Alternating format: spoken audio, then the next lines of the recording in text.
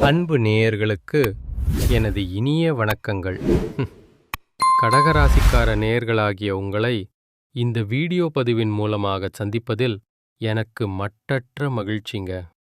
நம்ம இன்னைக்கு வீடியோ பதிவுக்குள்ள முழுமையா போறதுக்கு முன்னாடி அந்த ஆறுமுகப் பெருமான முருகரை மனதார வணங்கிட்டு ஒரு பாசிட்டிவான எனர்ஜியோட வீடியோ பதிவுக்குள்ள போகலாங்க. ஓம் முருகா போற்றி, ஓம் முருகா போற்றி, ஓம் முருகா போற்றி, என்னை காக்கும் முருகனே போற்றி. நிச்சயமாக சொல்றேன், உங்களுக்கு நல்லதே நடக்கும். இனி நல்லது மட்டும்தான் நடக்கும். பொதுவாவே இந்த கடகராசிக்காரங்க நட்புக்கு ரொம்பவே முக்கியத்துவம் தருவாங்க. அதே நேரத்துல ஒரு நண்பனுக்காக தன் உயிரை கொடுக்க கூட இவங்க தயங்க மாட்டாங்க. அந்த அளவுக்கு தூய்மையான மனசுங்க இவங்களுக்கு. தாயைப் போல ஒரு அன்பான உள்ளம் கொண்டவங்களாய் இவங்க இருக்காங்க.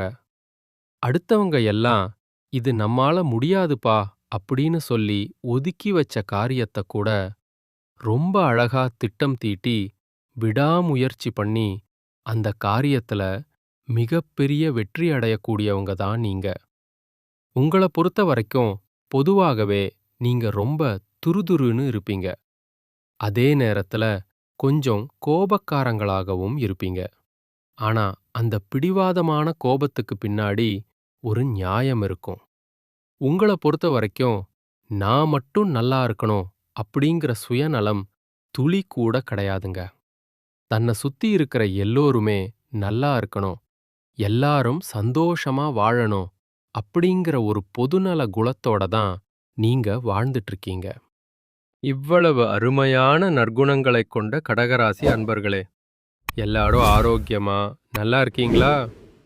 எங்கம்மா நீங்க வேற எங்களை பார்த்து இப்படி ஒரு கேள்வியை கேட்குறீங்களே? எங்க வாழ்க்கையில இருக்கக்கூடிய கஷ்டங்களையும் பிரச்சனைகளையும் பார்த்தா நாங்க ஆரோக்கியமா இருக்கிற மாதிரியா உங்களுக்கு தெரியுது? நாங்களே ஒவ்வொரு நாளும் கண்ணீர் சிந்தி மனசுக்குள்ளேயே அழுதுகிட்டு தான் வாழ்ந்துட்டு இருக்கோம். நீங்க வேற ஏங்கம்மா காமெடி பண்றீங்க அப்படின்னு உங்க மனசுக்குள்ள நீங்க நினைக்கிறது எனக்கு தெளிவா புரியுதுங்க.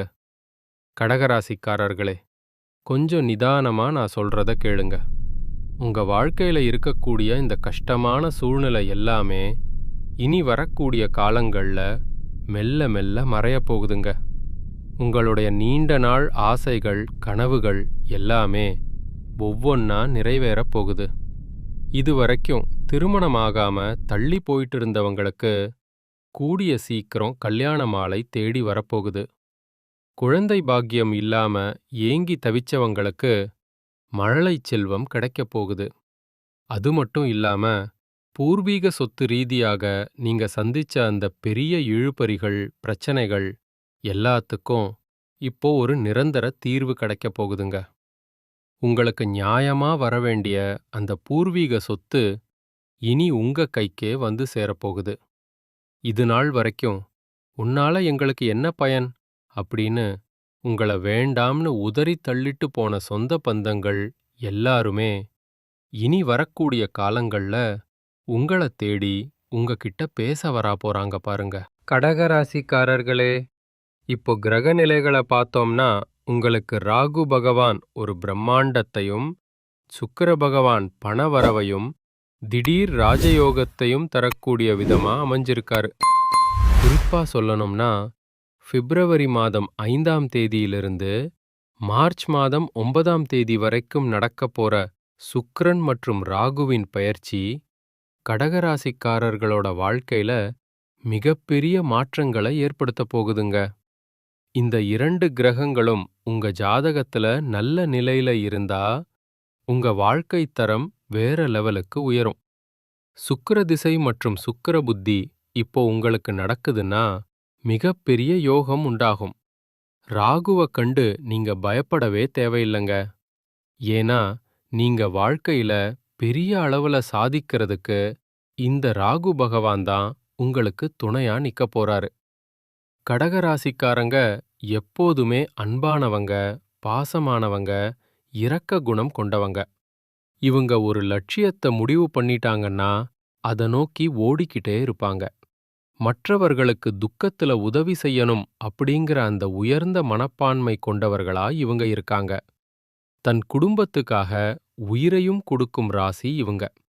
சில நேரங்கள்ல கோபத்தை வெளிக்காட்டினாலும் ரொம்ப சீக்கிரமே உணர்ச்சி வசப்படக்கூடியவங்களா இவங்க இருப்பாங்க. கடக ராசிக்காரங்க வரக்கூடிய இந்த சுக்கிரன் மற்றும் ராகுவின் ருத்ரதாண்டவத்தால ஒரு ராஜயோகத்தை அனுபவிக்க போறாங்க. ஜூன் மற்றும் ஜூலை மாதத்துக்கு இடையில கடகராசிக்காரங்க உத்தியோகத்துல சில தடுமாற்றங்கள், வேலை மற்றும் கடன் பிரச்சனைகள், நகைகளை அடகு வைக்க வேண்டிய சூழல் இதெல்லாம் சந்திச்சிருக்கலாம். அதோட தாய்மாமன் மற்றும் தந்தையின் உடல்நிலையில சில பிரச்சனைகள், பொருளாதார வருமானத்துல சிரமம், நண்பர்கள் மற்றும் கூட்டாளிகளுடன் சில மனஸ்தாபங்கள், பகை பிரச்சனைகள் எல்லாம் வந்திருக்கலாம். கல்வியில கூட ஒரு மந்த நிலை போன்ற பல பிரச்சனைகளை நீங்க சந்திச்சிருக்கலாம்.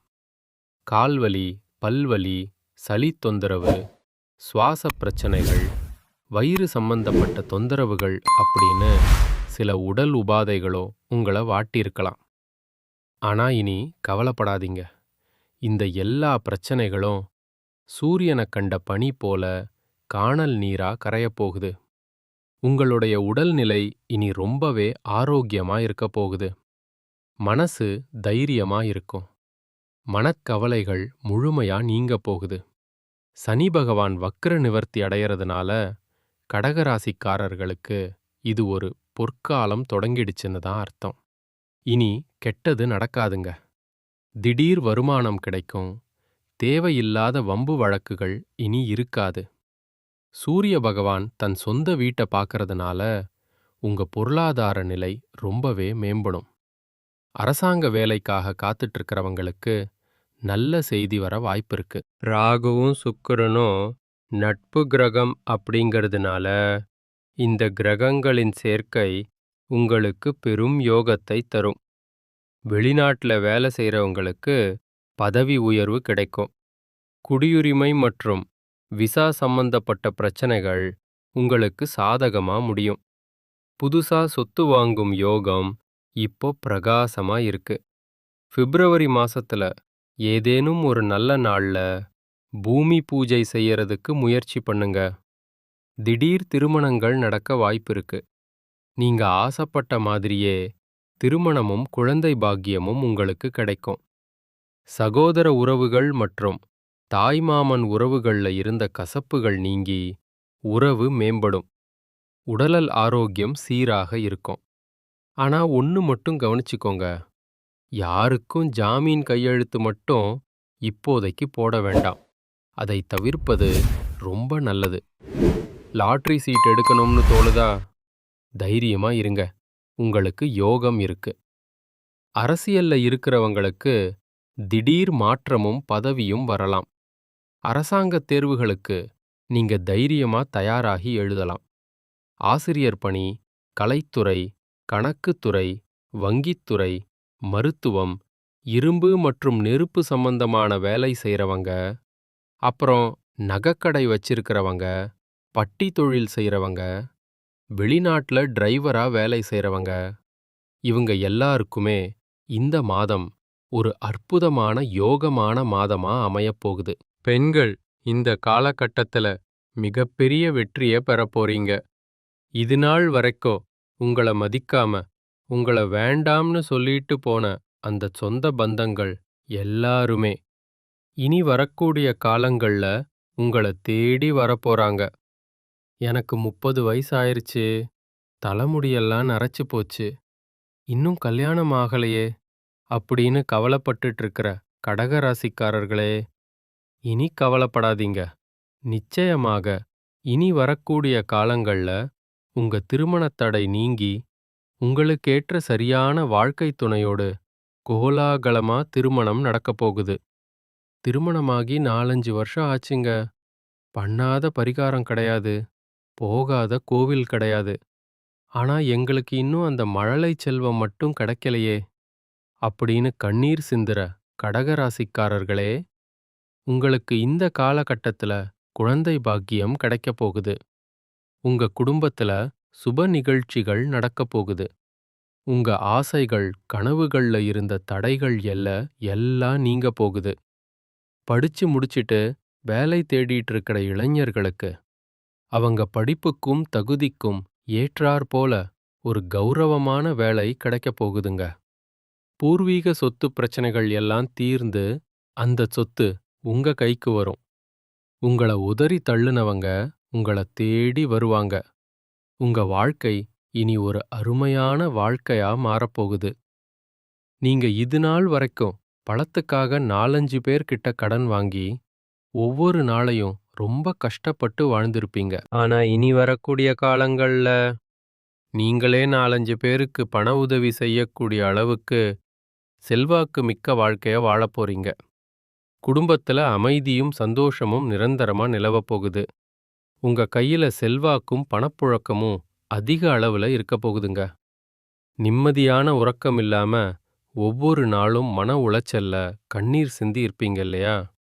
இனி அந்த பிரச்சனைக்கு ஒரு முற்றுப்புள்ளி வைக்கப்படும். நீங்க நிம்மதியா சந்தோஷமா தூங்கப் போறீங்க. உங்க வாழ்க்கை ரொம்ப ஆரோக்கியமா இருக்கப் போகுது. அடுத்ததாக நம்மளுடைய கடகம் ராசியில இருக்கக்கூடிய ஒவ்வொரு நட்சத்திரக்காரர்களுக்கும் இந்த மாதம் எப்படி இருக்குன்னு தனித்தனியா பார்க்கலாம்.